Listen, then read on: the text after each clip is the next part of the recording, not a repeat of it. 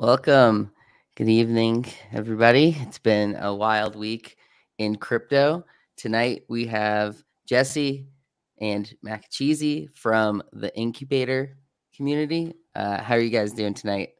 I'm doing great. It's Thursday night for me, so this is a big night for me. Oh yeah, and why Thursday in particular? Thursday, there's an incubator tradition Jesse knows about a little bit.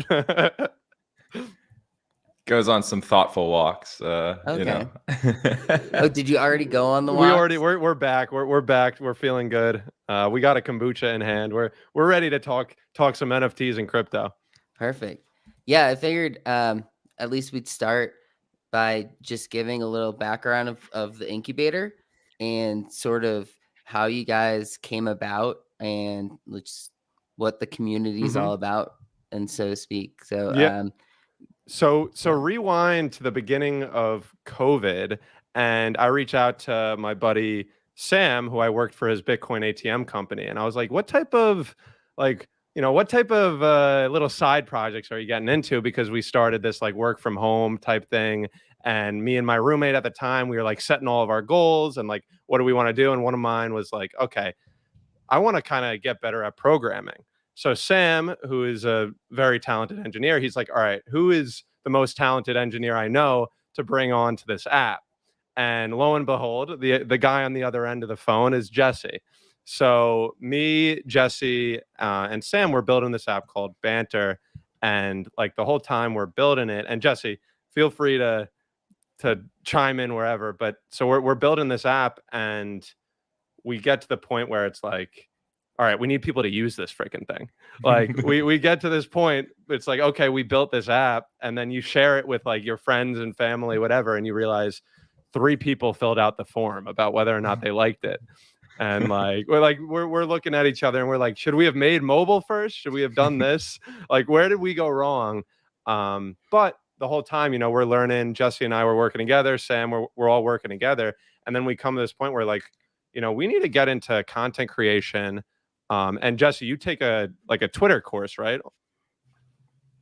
Yeah, I've been following a couple people on Twitter, getting kind of realizing like if you really want to build and create on the internet, like instead of putting your idea out first, find an audience who has a problem that you want needs to be solved, and fit the idea to that.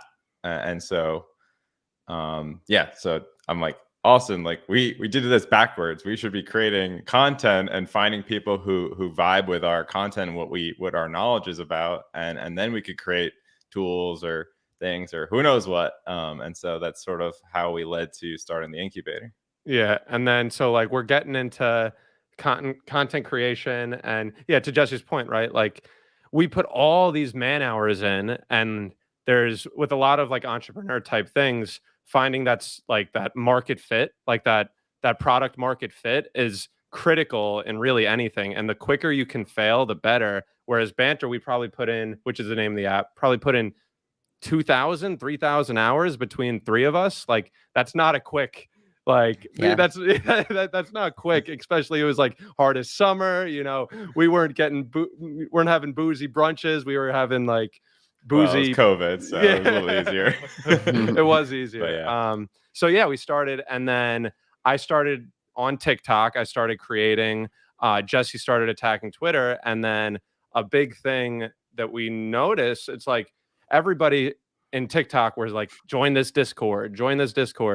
And I had never done Discords before. And I was like, what the hell is this thing? Like, is this just Slack? Like, why aren't people using Slack? Lo and behold, it is not Slack. And then we just started this community, and it was like, we like teaching, we like helping, we like empowering people. Like Jesse's a teacher through and through. Like he pretty much taught me how to code through his PRs and like reading my code and stuff.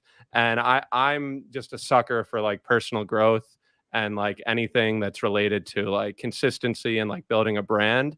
And the incubator, we were like, okay, people want to know about crypto. People want to learn about programming. They want to know about like what's going on in the future. And it just seems like an optimal time to create this type of community.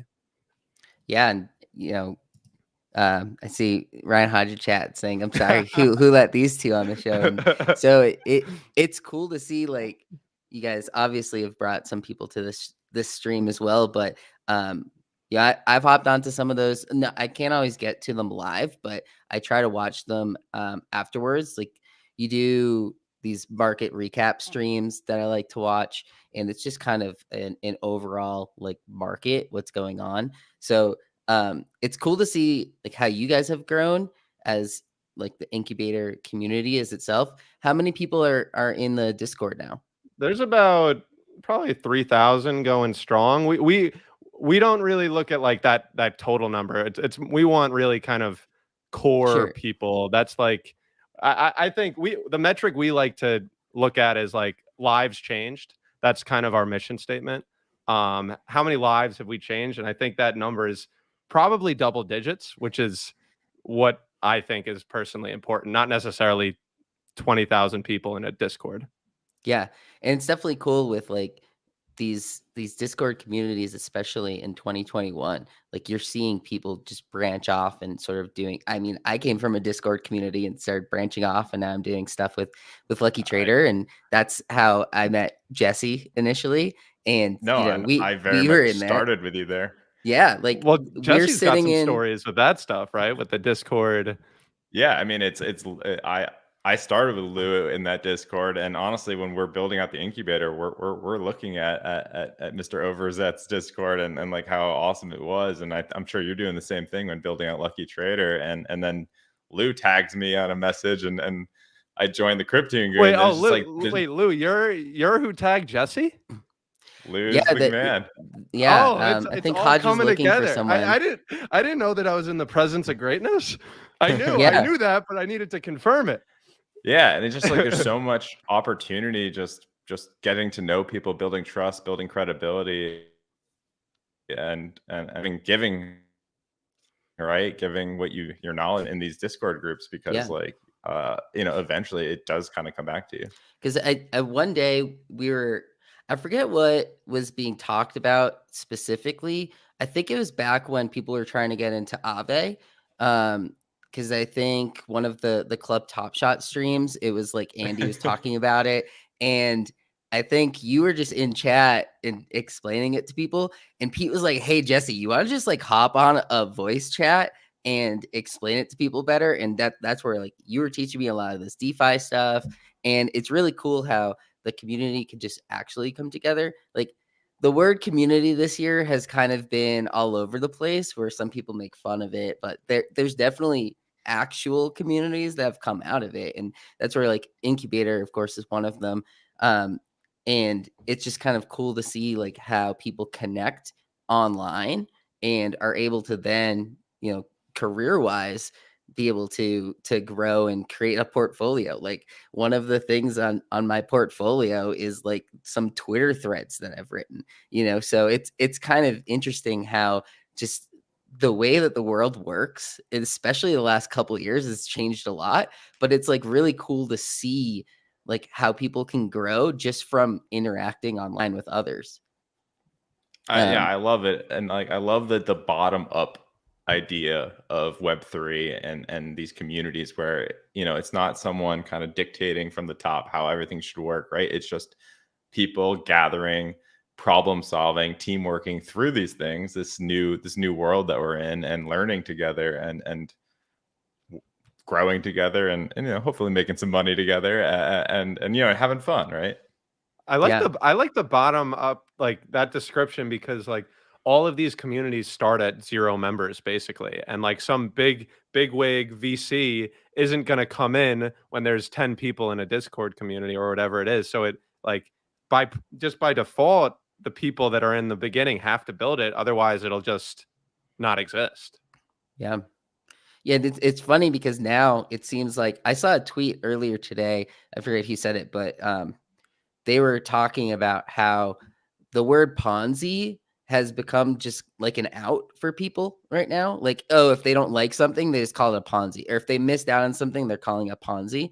But like when it comes down to it, there has to be some sort of like the early people have to get it start going, because they start talking to other people, those people, and it branches out, and then all of a sudden you can create a real product that people are hearing word of mouth. And I think that's where discords are a little different than like the traditional sort of country clubs and things like that. It's a little different where it's you can kind of choose your own path in a way. You Yeah, I could mean, Oh do, yeah.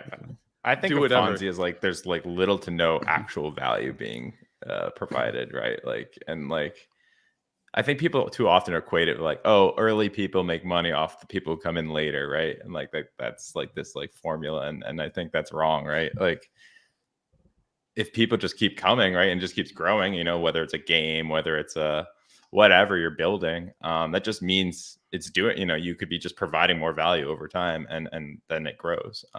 Now, obviously, if the valuation of it gets too far out in front of itself, which we've seen in crypto, right, and that's probably a Yeah. good transition here. The valuations get so high up that what we've built, what we're building as the foundation, can't sustain the high prices. Well, that's where you're going to see them come back, and start to feel, oh, it's a Ponzi scheme, like Yeah. crashing. So, what do you guys think about what's sort of been going on this past week in the crypto markets? Like, obviously, prices across the board have been down, and the Fed minutes came out that the interest rates aren't going to go up, but they're talking about in the future they're going to. Biden had some. I think his statements weren't that wild, but I think there's a lot of the propaganda that made it sound a lot worse. Like, oh, he's coming, he's bringing the hammer down on crypto. Like he wants to regulate Bitcoin, and it's like, did he say that, or is that just how you're writing it? So, do you guys think that this was sort of expected? It's just like a healthy pullback, or is it more of a concern?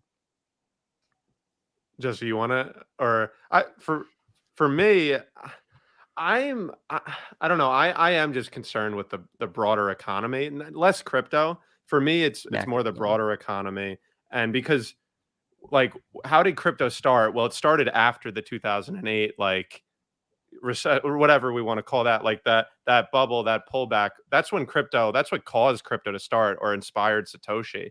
So we haven't even seen a recession since then. So I don't like we don't necessarily know what crypto is like if there's a broader economic issue. We haven't seen that. So I, as confident as I am in crypto, I'm just not as confident in like the rest of the economy. Yeah, and I think we saw in March 2020, right, when the pandemic hit, there was this run to cash, out of crypto, out of everything, right? And I think everyone all along was like, oh, like if the dollar crashes or like the economy crashes, people will hold Bitcoin, right? Like that was like this like theory, I think, at one point, and I kind of even believed in it at one. You're like it's a narrative, it's juicy, it sounds good, but I think the reality is when times get tough in the environment, in the economy, whatever external things are happening, people people need to pay for their groceries and right. gas and their cars and houses and whatever things they have to pay for on a day-to-day basis, pay rent, etc. And so people are going to take some profits, to because they're scared, and I think there's a lot of fear in the market right now, and people, I you wonder, where's the money? Like, if all this money that came out of crypto, right, where did it go? Right, is it just Yeah. sitting in cash right now and like stable coins, or like did it go to a whole new market? Like, I don't know. Like, I would be curious to look at some on-chain analytics of like where all that money really went, and maybe it went to exchanges, so you won't be able to tell. But like, my guess is it's just kind of just parked right now, waiting, Yeah. and not like just going into something different. It's a good point, because I feel like stable coins have become more popular recently, and just the talk of, oh, put money in stable coins, like it's better than just a regular savings account at the bank. And so that's a good point, where I think this time around, this is sort of how I've been hearing it. This time around, people are keeping it. Maybe they moved it towards USD, but it's USDC or USDT. It's not withdrawing it straight to the bank account, pulling it out of crypto completely. It's still keeping it there. It's more so like waiting for an entry point, maybe once this sort of FUD goes away, or calms down a little bit.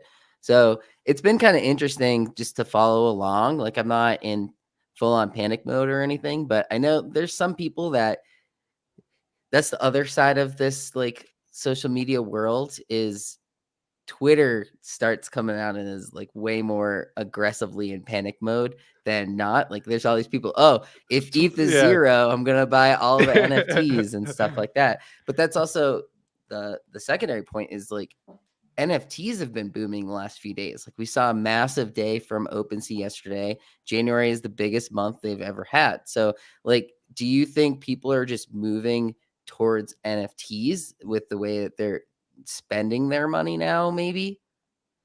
I think it's just become it feels like a cheaper entry point for people who've been kind of looking at NFTs from the sidelines. Yeah. They've been hearing about it towards the end of 2021, and yeah, it seems like we've clearly seen a huge influx, right? Like some of these new projects launching have like massive Discord numbers, and especially the ones that are very like universally friendly kind of art, right?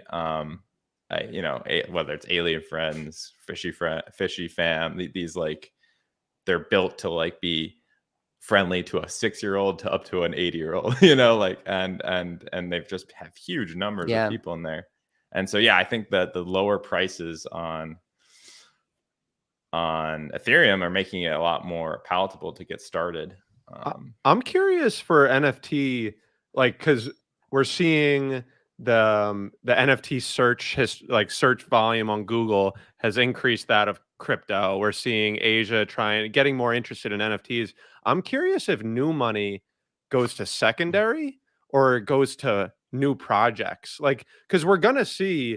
almost like a parabolic influx in money coming in with like Coinbase NFT, like all these different, we're going to see an increase in money. And I'm curious if that flows to blue chip established, like the goons, or like newer projects. Like, I don't know.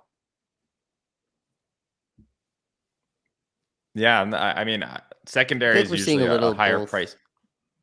Secondary is usually a higher price point, and so that's tougher for new people to come into typically. So, um, yeah, my guess is they're coming in more on like new projects, grinding those white or the mint lists and things like that.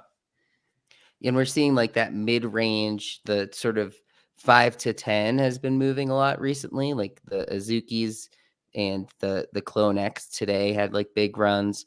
Um, Obviously like the Bored Apes, but those are like way up there. There's almost like now this massive gap between like 15 to 60 Ethereum, where people are trying to find the next one that fills that gap. And it's kind of interesting to watch it. And I mean, it's crazy how fast some of these newer projects can grow. Like that came out like last week, right? And they're already almost at a 10th floor.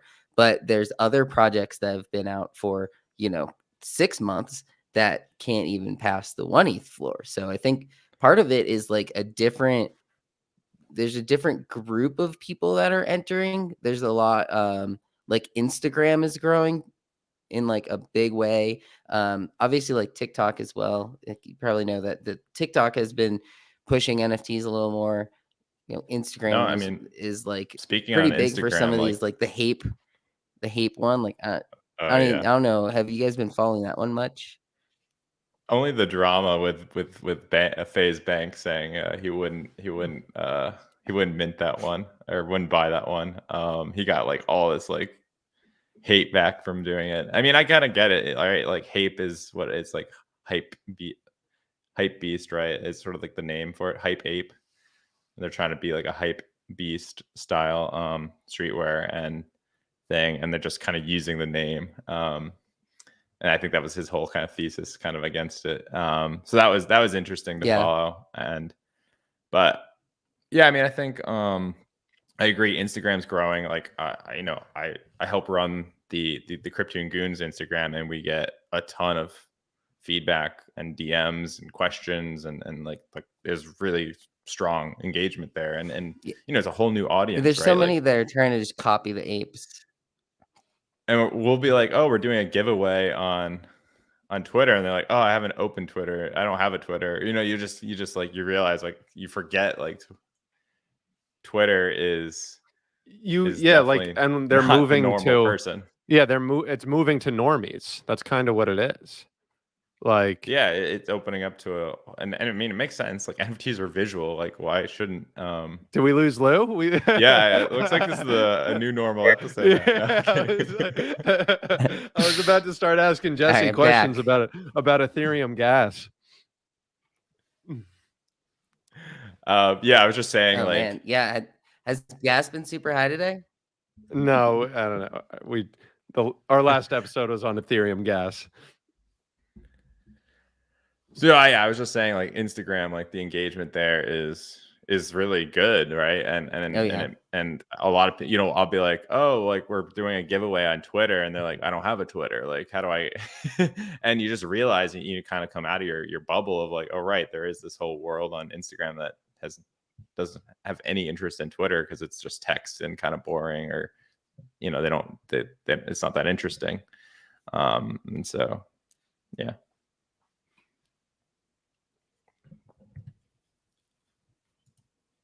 But then speaking on to Did you guys Azuki, lose like, me again? Or am I here? We no, still you're got here. you. You're here. I hear you. Can you hear us? Well, I'll speak on Azuki a little bit. I think like, yeah, that project took off, right? And like they've got some sharp people on that team, right? Like ex Facebook engineers. I don't know the marketing side of that team.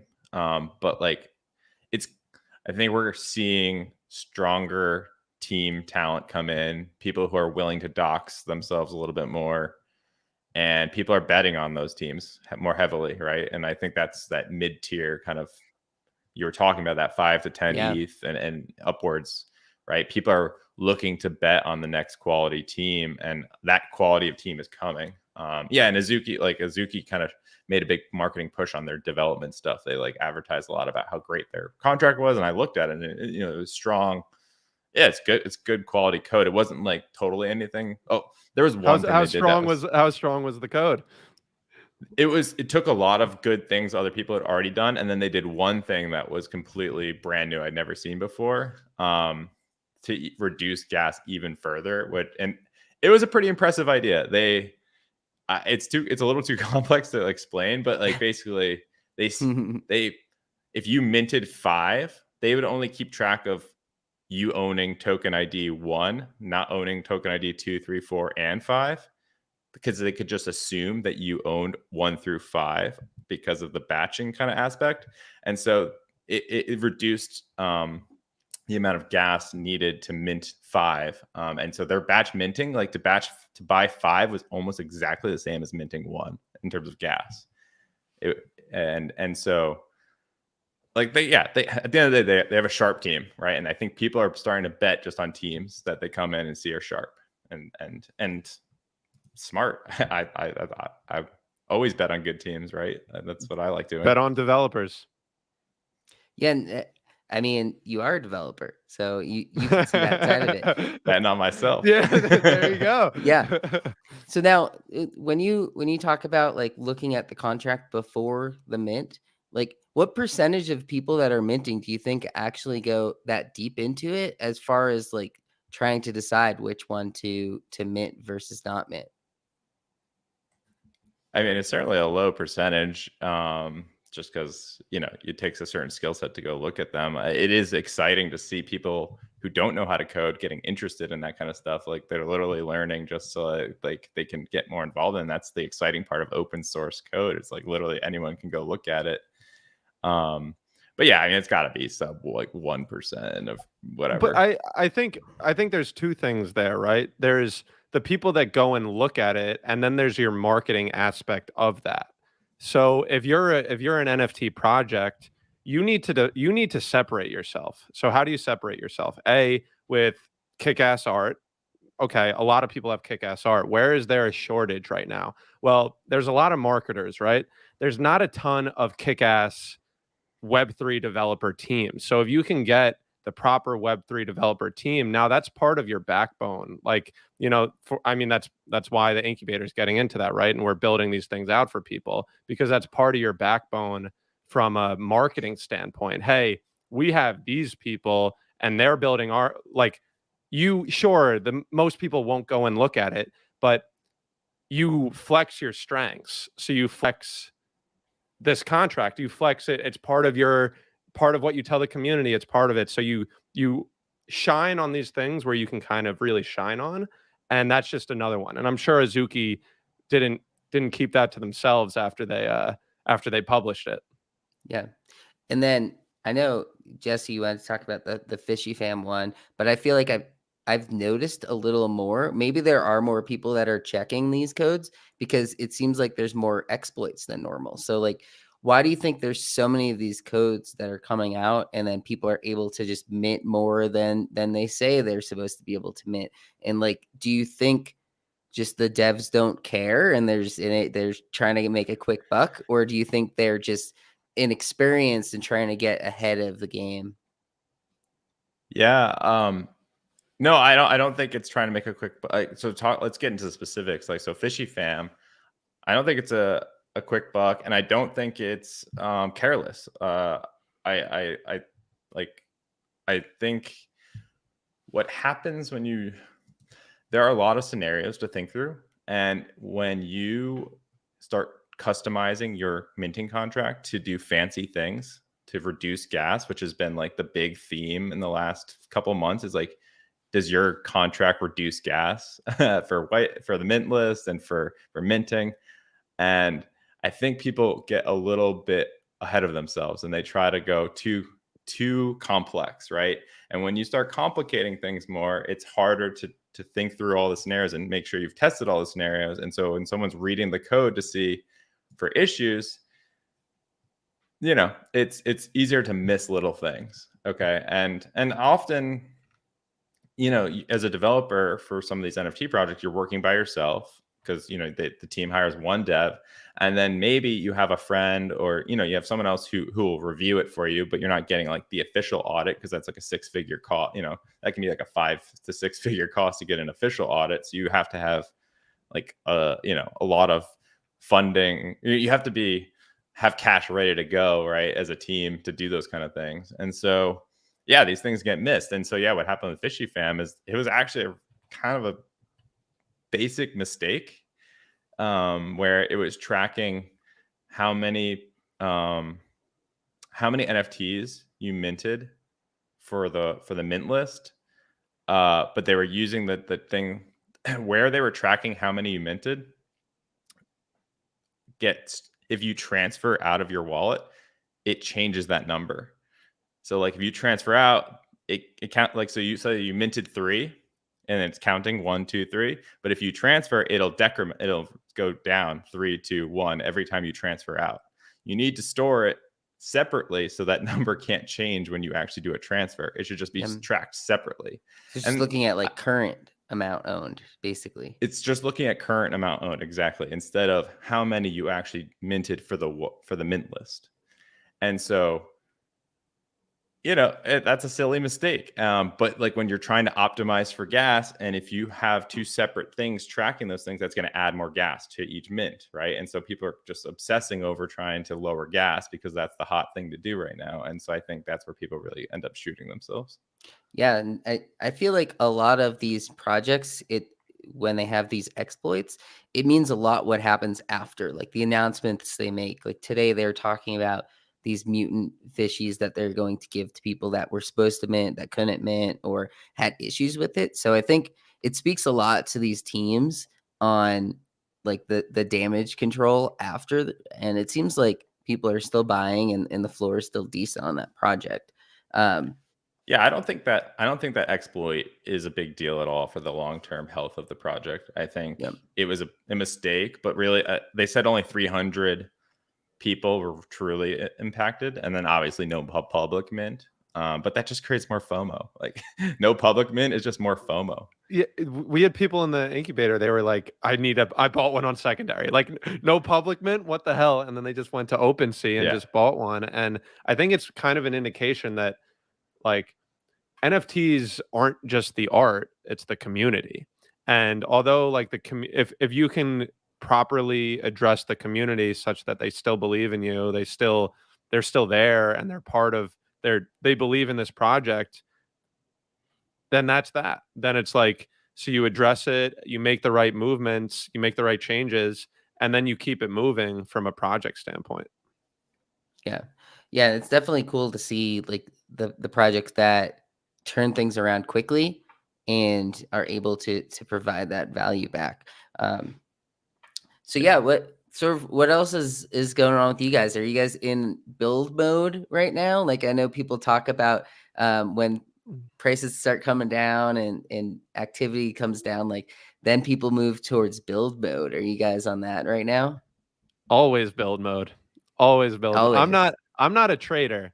I guess I trade JPEGs. I'm a JPEG merchant, but for me, building is so much more fun Yeah. than like I like building. No matter what it is, what time of the but yeah, it is build mode. You have Yeah, any definitely. sneak peeks maybe or something that didn't show anyone, or it's We're still working on development? a bunch of things. I mean, obviously, we know a thing or two about contracts, about development, about technology. Um, so if you are listening, you are watching, and you're looking, you don't know the Web3, or Keep you the want to ears try and open. tackle it, try and tackle it yourself. You know, the incubator's here. We got a lot of things that we're working on. If Hodge is listening, we're not going to leak all the alpha.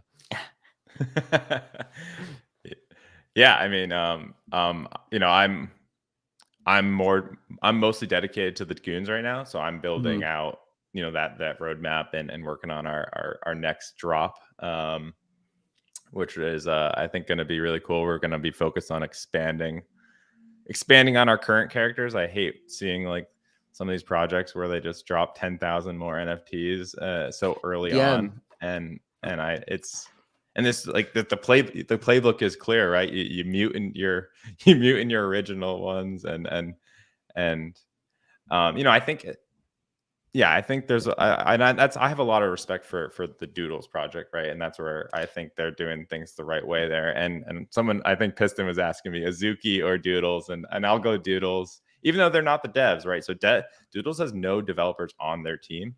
They work with an external Mhm. development company, much like the Incubator, and but yeah, they just have some awesome experience building out brands and the act. I mean, they're throwing $15 million parties down at South by Southwest, and like, yeah, they know how to go big, right? Yeah. And um, They have a lot of whales that are connected to them as well, which helps with that. Yeah, so sort of what you're saying is like, so Goons is trying to do some sort of like a non-dilutive. That's how you pronounce it, yeah, right? With definitely. that I follows with the Doodles spaceships kind of idea. definitely don't want to just drop 10,000 more or Yeah. 69 more NFTs. I just think that does Nice. more damage than it does help. I know that like people think that more NFTs will help me, but I don't think so. And I think if you're a Cool Cats, right, and you've been around since July, and now you're dropping more, like that makes more sense to me, right? Yeah. You've built and you clearly have a very large like a large community, like that feels more right to me. So it's not like you never do it, but I think you have to be smart about it, and because like you already raised a bunch of money, like why are you going and getting more? And then if you're not, and then if you're just gonna give them away for free, then like what's sort of where are you trying to go, right? Like what's Yeah. the end game with adding more? That's always kind of what I What's the I haven't been following the Doodles spaceship there. What's like the TLDR there? Yeah, so they are, instead of adding new doodles or like a companion drop or something like that, they're going to have like every doodle gets its own spaceship, is how I understand it. Mm. And you can sort of, correct me if I'm wrong, Jesse, but the idea in my head is you can sort of recreate, you like trade in your doodle and get back a new image of the doodle in a spaceship, and like you could trade in and out of different spaceships over time. um is that really what that's how it keeps non-dilutive, right? But it's still a way for the community to sort of change their image more towards themselves in that way, where it's like, this is my doodle that has the specific spaceship that I chose. You're creating your character. Yeah. Yeah, the term they like to use is downloadable content. So these are like new in-game kind of downloadable content for your character.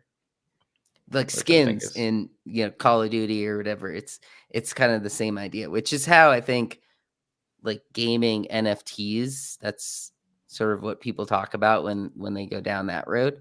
But yeah, I'm kind of interested in it. And then for the goons, you guys are going to do like animations, right? With the characters. That's sort of what you're planning on with it. Yeah, we just rolled out our first animation of our flaming Mallow head, you know, lighting up his joint off his head. So fire. So fire, pun intended. Yeah, I think just growing these characters, right? I personally in Selfish, I want to know more about them. Like, you know, they have such interesting traits and little lives to talk about, right, and explore. And so I think animation and I think that's what the digital, like, flat art is cool, right? But we could do that in the old world, right? Before we went digital. Certainly there's certain things you couldn't have done so easily, right? The generative aspect, you know, overlaying noise and some of the cool things we did do with the goons, but bringing them to life and movement, right? I think that's like just so cool. And so, yeah, I think always wanting to invest in artists to kind of help carry on and bring these stories to life, because that's really what we're building here. Like, I think a lot of, you know, and not just goons, right? A lot of these projects we're building IP. We hear this term IP thrown around, intellectual property. We're building stories, right? We're trying to. Some of these will be the next. Some of these are going to end up being the next Disney, the next Star Wars. You know, some aren't meant to be that big, right? They can be a smaller franchise.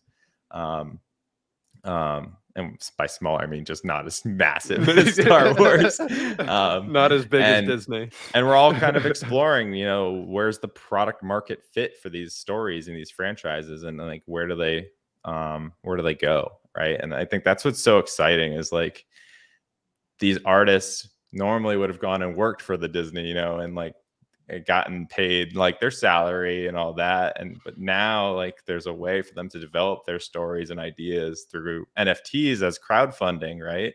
Yeah. And it's really empowering artists to just go out and explore these wild worlds they've had in their heads for these years, and not just have to, you know, go do it for a Nickelodeon or a Cartoon Network or a, you know, Disney.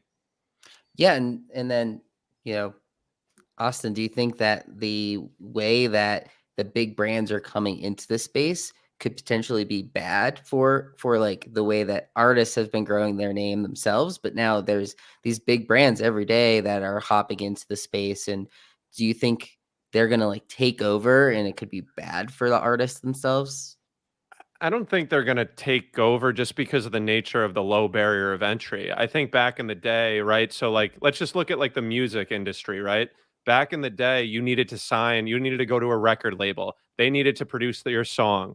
They then needed to put your song on the radio. So the barrier of entry to actually take your art and then distribute it to people was so high. Now you can make a duet with Russ on TikTok, and now you're the #1 song on Spotify. Like, you just needed a cell phone to do that. So with art and with NFTs, there is no longer a barrier. There is no longer a reason that you need to go and get your art in front of or get approval by these master companies, because your approval is the internet. And that means that you just have to hit post and there's virality there. So the lower barrier of entry just makes it so that if you're talented and if you're consistent and if you're willing to grind, you have a chance. Whereas that combination didn't necessarily mean that 10, 15 years ago.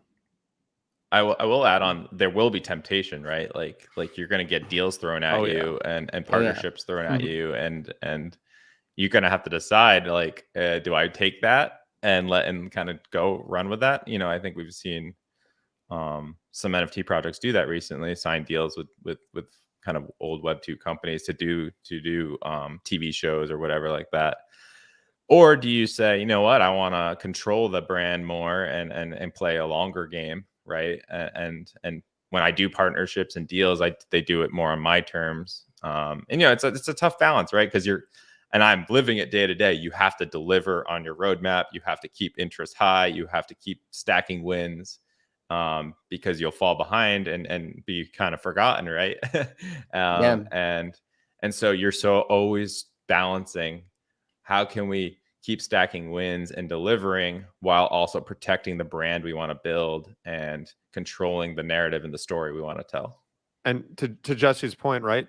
The competition is going to get harder because there's bigger money coming in. So whereas you were scrapping, like it was fine to scrap your way in the NFT heydays that we're in right now. Let's call this the NFT heydays. Whereas 2-3 years from now, you're competing with VC projects that are able to subsidize gas minting prices for their users because they have this money already in the community. Like, the landscape will change for sure.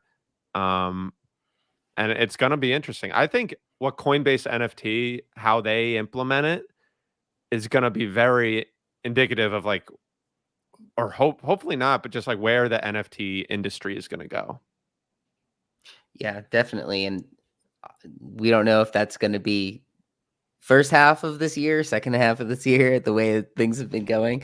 But it's They just showed off a definitely, demo the other day. Did you see that demo? yeah, it seems like they're kind of close. Like they want to get it out by the end of Q1 kind of thing. So Yeah. I'd expect earlier in the year probably.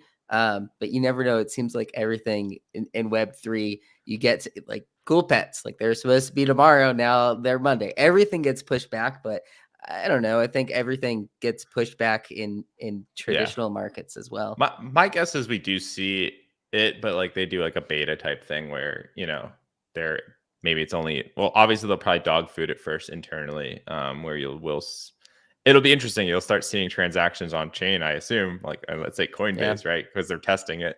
So you'll probably get the signal right from the blockchain, because you can't hide anything on the blockchain, which actually reminds me of a hilarious story. In Crypto and Goons, we had someone whose boyfriend got them an NFT for Christmas, but they figured it out like weeks earlier because they saw the wallet. they saw their boyfriend's wallet and had purchased the NFT that they had been eyeing. Oh man, you gotta use extra wallets for that. I know, you gotta have a burner for the gifting NFTs. But like, yeah, you can't hide, right? So if Coinbase is starting to actually roll out beta testing internally, and then maybe with like a smaller public set of users, we should start seeing their contract on chain and stuff, executing their order book. And so that'll be the sign. Yeah. We have a question from the chat from Ben. He's asking, is the beanie pink or red? Pink or red? the beanie's pink. The beanie's pink. Get a little closer. Red. I think it's the lighting. It does look right red in it this does. lighting. Should I whip out the hair? The hair could whip out. We could take the beanie off. It looks red, but I swear does look it's pretty pink. red. It's pink. Yeah, must just be the lighting. We'll go no beanie for the rest of the show. Yeah. Feel free, like loose out here. let it fly. Might pop the shirt as well, Yeah. So, do you guys think that Coinbase is going to come out and be just super competitive towards OpenSea right away, or do you think it'll be sort of an on ramp where people gotta get familiar with it? Like LooksRare came out, and I feel like people have already somewhat forgotten about it and moved back to OpenSea, right? If Coinbase has custodial NFTs, I think it's just like it's game over. It's not game over, but like it's kind of game over. Like I know so many people who would be like, yeah, I would do that if I didn't have to worry about my seed phrase and getting stolen or robbed and all that. And like honestly, I think that'd be good for the industry. It's hard to say good, right? Because like I want to be decentralized maxi and all that, but like it's so unsafe. Like just having run a project in a Discord, like in the first week before we had our security really locked down, like people are getting scammed every hour, and it's just like all the time. It's so easy. Like the scams are getting more elaborate, right? Like the other day, someone had like a whole like thing that took your Discord key or whatever by using like a bookmark that had like Java like code hidden away in a bookmark that they were there's just I like heard these that. really advanced ways that people are social engineering and scamming people. I mean, actually, someone just told me people are using, if you take a screenshot of your Discord, you know how it says like your username at the bottom left corner of your Discord with like your little ID number. Yeah. If people like the scammers, if they see that in a screenshot, they're now sending that to Discord support saying, hey, I'm locked out, I lost my phone, can you unlock it for me? And they're just seeing that like, oh yeah, that must be you, because like, you know, only you could see that on your screen. And now that I don't know what happens next from there, but like the attacks are getting more vicious. And so for someone to be able to have all their stuff just safe and sound behind Coinbase, I think is going to be really important for all these new users who are curious and want to learn and get involved. Yeah. And Do you being think able to buy with credit card, right? yeah, if they do custody, do you think there's going to be gasless NFT purchases? I mean, if even if there isn't custody, I would be subsidizing those things if I was them. I mean, like to start to be a seller on OpenSea, you have to first you have to pay like a $90. I don't know what it is in gas right now, but yeah, like a $90 gas fee to just register yourself, right? And then you have to hit approval on all these things, and yeah, those fees make it hard. And right. And it's like the old days of brokerage accounts, right? To sell a stock, buy a stock, you get hit with all these fees. And the general public was always kind of kept away from doing stocks because of half the reason was all these fees, you know? And so if you just bake the fees into the actual trading, right? The actual trading fees and stuff, the way, you know, you do with Robinhood and stuff, you know, I think you're going to get a lot more throughput, a lot more volume, and you'll make it back Yeah. easily. Yeah, definitely like the microtransaction idea with a lot of obviously games like mobile games do that where, oh, it's like free, but all these things are $1 once you're in game. But obviously the thing that holds a lot of people back are gas fees. Oh, why am I paying, like you said, like $100 to initialize my account? Like I already bought the NFT. Why am I paying $200 just to then try to sell it? Now I have to sell it for $200 more to cover that fee. And then what if people don't want to pay it? So it's definitely interesting.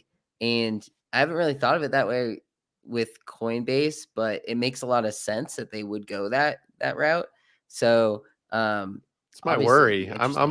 I'm a little worried because it's Yeah. going to be so much easier for the user. It's going to be so much easier, and like I'm going to be using Coinbase NFT, and if I'm using Coinbase NFT, then 99% of people are using Coinbase NFT, and now it's like, are we even Web3? Like, are we like? Well, I think they could still subsidize the gas fees and you custodial your own NFT. I don't think it has to be like they own your NFT to get all the like So like you the could you gasless think stuff. you're going to be able to use like MetaMask on Coinbase NFT? Yeah, you're definitely going to be able to use MetaMask or probably Coinbase Wallet. But yeah, you'll definitely be able to custodial your own stuff with Coinbase NFT. And I think if they're smart, they would find a way to get rid of some of those gas fees for interacting with the order book. Because like I think that's half the barrier to entry on OpenSea, right? Like there's so many people who won't sell an NFT just because they don't want to pay that fee, right? Yeah. And like they're so confused by it. They're like, what? I have to pay $90 just to freaking start here? And so I think if you reduce some of those, just bake that into the actual trading fees and or wherever else you kind of bake it into, then it feels more like just easier to kind of on ramp, right? And onboarding is always the hardest part with anything you're building, whether you're building community, whether you're building a product, or you need onboarding to be smooth, easy, fast. So you have that first dopamine hit, that first like aha moment, that magic, right? You got to feel the magic, and then you'll come back, and that's where you build out your 30-day retentions, and and people just keep coming back, right? Because that's the key. You got to have people coming back, and that's how you make money in the long run.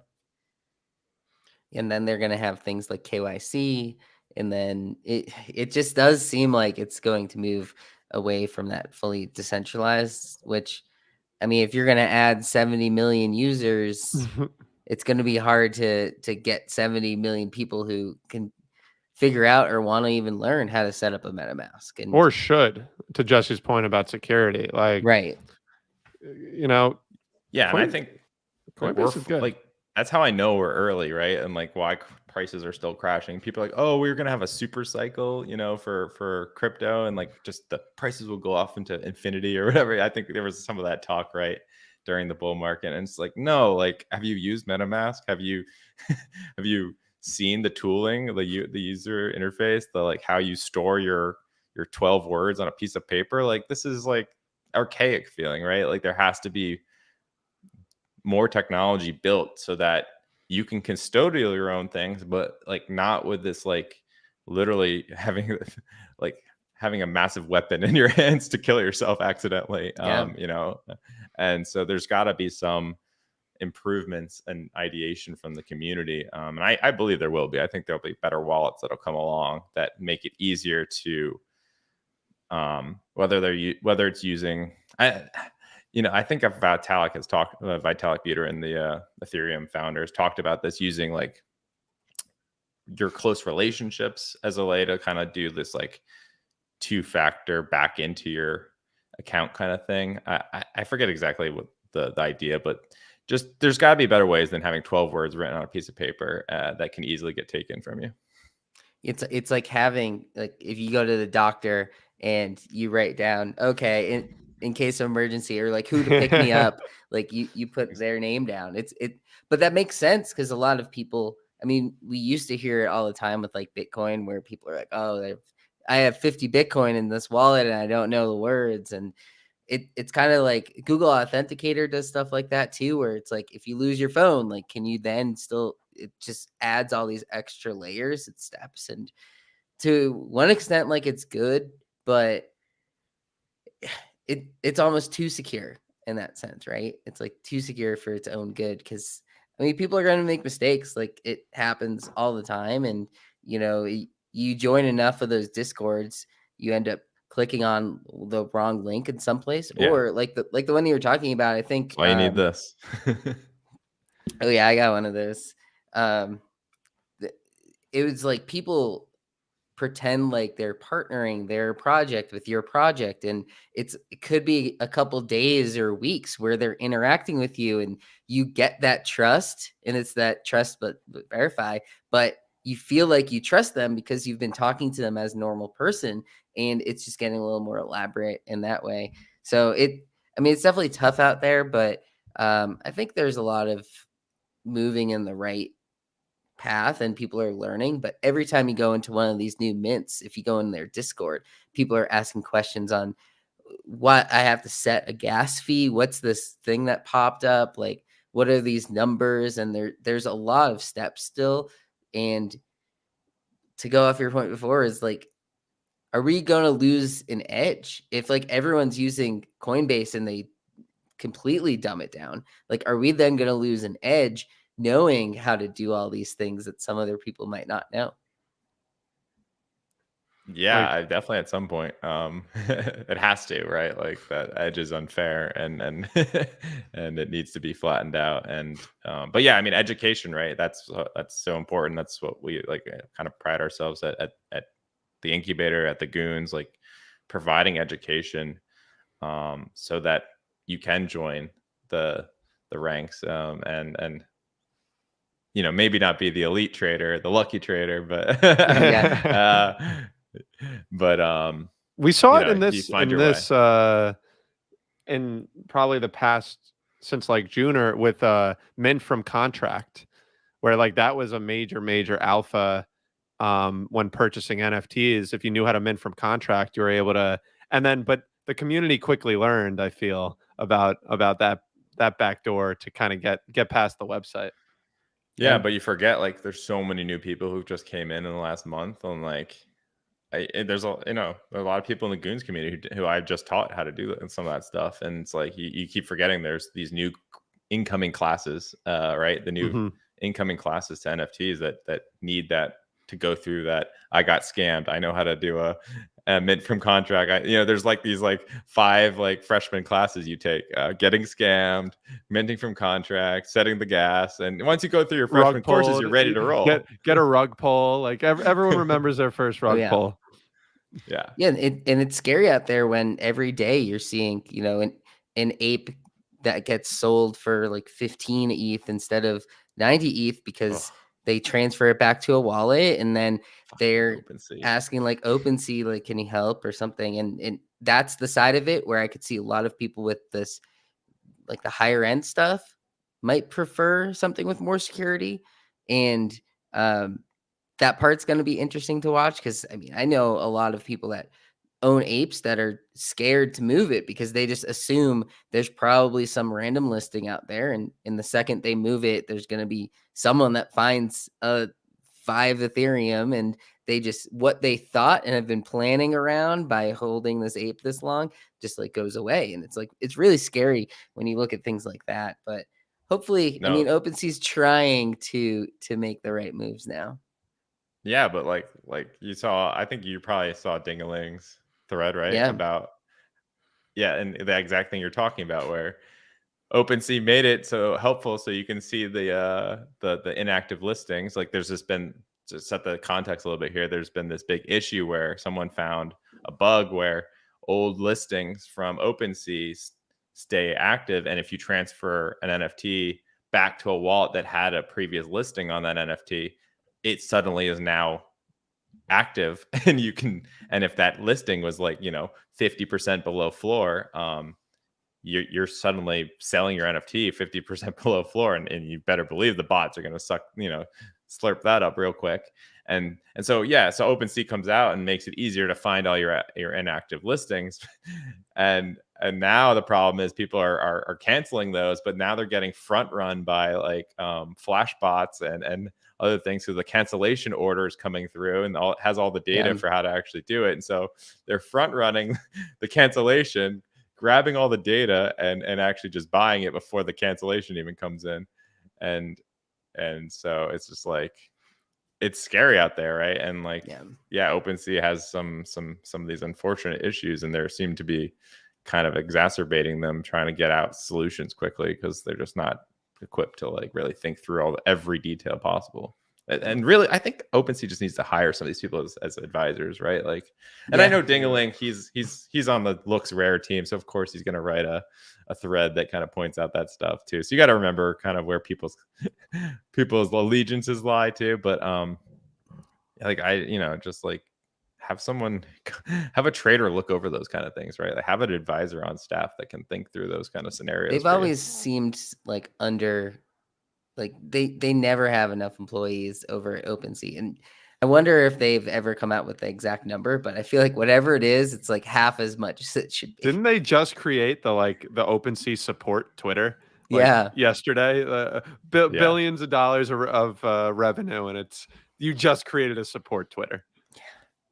Yeah, no, it's hard to it's hard to hire and build good talent, right? And if you don't have the right leadership in place who can move quickly and scale, have the experience of scaling teams, it can go slower than you want. I'm experiencing it myself. Like we're trying to move as fast as we can to scale up at Goons, and I think we got a bit of a slow start, but we've picked up the pace quite a bit in the recent time here. And I think you're always trying to balance bringing on like top talent versus like people who can just come in and start moving things, and it's tough, right? You don't want to make the wrong hires.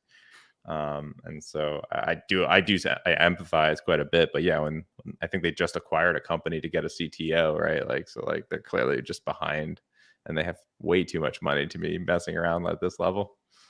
Yeah, and I mean they've seen growth that companies just don't really see too. So that side of it, like you kind of feel it in a way where it's like, well, like companies don't just go from hundreds of millions to mega billions within a year. So 6 months, even, like they're making hundreds of millions like a quarter now. And it's just crazy that like to see that type of growth, and they haven't seemed to be, at least, actively scaling the in-house stuff with it. But obviously, like you said, it's hard to find good talent, and I mean, I think the biggest mistake they've made is like, yeah, those things take a while, but you need to do things that are short-term focused that will keep people happy, right? That's yeah, like I always trying to think of like, if you have long-term needs and things that are going to take longer, what are you doing short-term to kind of keep people happy, right? And just literally just hire like 5 community managers, go overboard, yeah, hire a bunch of community managers and just start being transparent and talking, and like that would have gone such a long way to communicate more. And instead they yeah, obviously have communicated zero until like, yeah, like the support account was created yesterday. Like just like that stuff is not as hard to hire for, I feel like, like I don't know. yeah. Why I do you feel like think that's what it? Top Shot did. Why do you think it took that long? Like, why do you think basking in the millions of dollars that they were making? Like, I guess there's some internal like kind of struggle. Like, I don't know. Like they may have like, I mean, obviously they lost. They had the whole product. Their head of product, he yeah, left with that Yeah, whole insider trading thing. I'm guessing they had some just inefficiencies with in house, right? They weren't hmm like agreeing, or it wasn't all going like, and so people were getting too caught up in the weeds of the day to day of what was happening and not focusing enough on the macro. And yeah. yeah, I mean, it's Lou, tough. Like it's so easy to oh, get for caught up. sure. Lou, what were you saying about Top Shot? I feel like Top Shot added a bunch of like community leads. That was like what they started adding first. Before then, you're seeing they're coming out with like the head of marketing and like the bigger, like Smart. more well thought out like hires. They took a little more time to do. So it is kind of interesting. I haven't thought of it that way, but yeah, it doesn't seem like they were adding people to just run the Twitter account. Like they're seems like they've been ramping that up Literally recently. answer every DM and every reply, even if you don't have the best answers. Like just showing up is half the battle Yeah. in life. Show up. Yeah, and you don't even That's what have to people be care like about. Just be there. you don't have to be very like Web3 centric either as a person to have that position. Like it's not like you have to have years of experience to be like the head of marketing, but like you could probably get a few interns even to just work in Give customer some of that service. money away. Yeah, and you can pay them. Yeah. Yeah. So And I'm it's saying definitely even been to interesting. customers, like give away free shit. Just start giving away NFTs, like whatever you got to do to keep Oh people yeah. like happy for all the issues you're having. Like it's like, what are you nuts? Like you have all this money, just blow some of it. Yeah, Yeah. It does seem like Looks Rare kind of lit a fire behind them a maybe. little bit, where they're kind of ramping up some of this stuff that now that there's a more legit competitor out there to them, and the talk of obviously Coinbase is coming out soon. So I think they're trying to get ahead of that now that they're actually seeing, they're hearing the footsteps now. So I think they're That's a trying good point. to fix some of the stuff. It is R- crazy how long it took, right? Like when Solana NFTs all first came out, there's like 10 freaking marketplaces, right? And you're like, oh, this is so annoying. Yeah. There's so many of them. I'm like, there's only one on Ethereum. How the heck did that happen? Like, it's It crazy is there hasn't weird, been more competitors. and I think people just probably thought that there was this bigger moat than there was with OpenSea. Like they're like, that is a giant we can't compete with. Mm, But then with Looks Rare, it's like, oh, wait a second. All this data is like they don't house the data, right? They like that's part of Yeah. the value of Google and Facebook. They have all the data, but everybody has the data. So it's just about product building. yeah. Cool. Well, yeah, we're about at an hour, so I figured we'd wrap things up here. But it was great having you guys on. Is there anything you wanted to let people know before we headed out of here? Smash that like button. Yeah, Smash that smash the like like. button. Appreciate you having us on. We're at the Incubator. We're big fans of Lucky Trader. We love what you're doing from just like an education, from a product build standpoint. It's like a combination of news and like valuable alpha, but also also building. Right, you're building your Yeah, bots. You're building your tools. I use the Chrome tool. Like that's how I knew Lucky Trader before I even knew Lucky Trader. yeah, So I'm excited, like just having our communities intertwine and everything. That's what excites me. So I'm just looking forward to watching Lucky Trader grow, and hopefully the incubator can grow alongside. Yeah, same here. I love what y'all are building at Lucky Trader. I selfishly just want Lucky Trader to turn out the Roto World blurbs of NFTs. Just Yeah. that awesome blurb feed, I think would be awesome. I know you guys do that though on your Lucky Trader news feed. But yeah, I just want more blurbs. Yeah, I think we've it'd be been trying to do more stuff like that. And whenever there's a Twitter space from one of the projects, like I hopped on one of those Goons ones, and it's cool because people can't always be on top of everything. yeah. And there's just so many I need a projects news now. feed. Need it. So it's good to be like, hey, you are invested in Goons.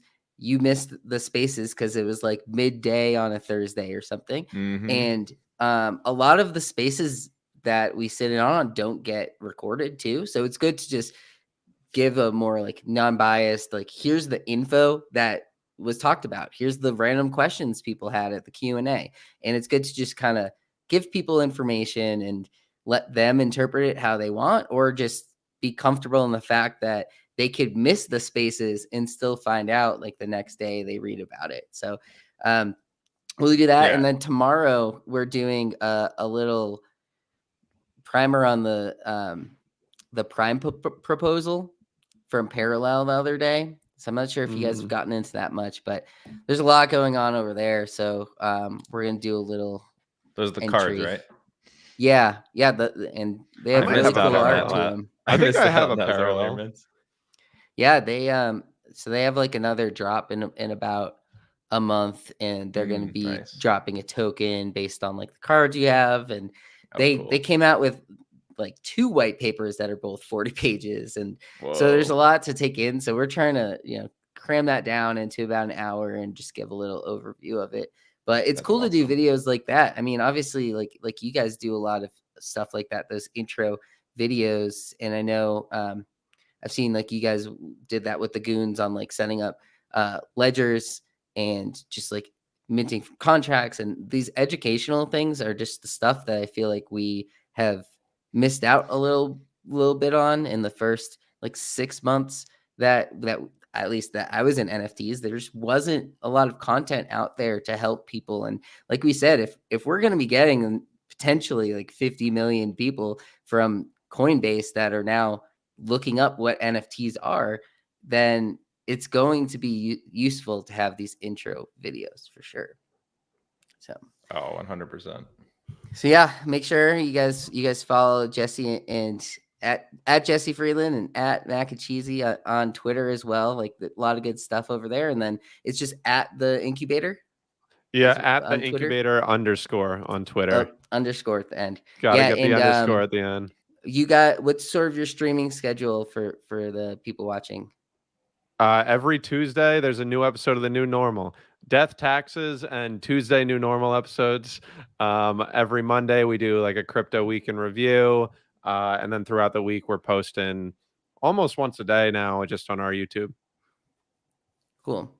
Yeah, I do like watching the shorts that you guys put out because it's like a quick hitter, and sometimes it's just you're talking about one specific subject. So I do like watching those as well. So make sure you guys watch, give them a subscribe, and we're gonna get out of here. But it was great having you guys on. Let me find this thing. But we'll talk to you guys soon. Maybe we'll have another one of these down the road. So Hell yeah. thanks for coming on, guys.